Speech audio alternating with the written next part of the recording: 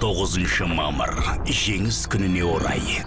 Әлия туралы бәрін білеміз деп есептейміз. Дегенмен де бізді осы фильмді түсіруге әлі де бас ашылмаған бірнеше сауалдар итермеледі. Намысы мен рухы үйлескен. Әлияны осы интернатқа тапсырды. Бәрі бір болып кейде тұрды. Әшейін сөз ғой, детдомға тапсырған жоқ. Өмір жолындағы қиындыққа мойымаған. Эвакуацияға кетейін деп жатырмыз бәріміз. Алып кетейін жалынған ғой, бірақ өткен мен бармаймын деген, мен Ленинградты қорғаймын деген. Қазақтың қайсар қызы.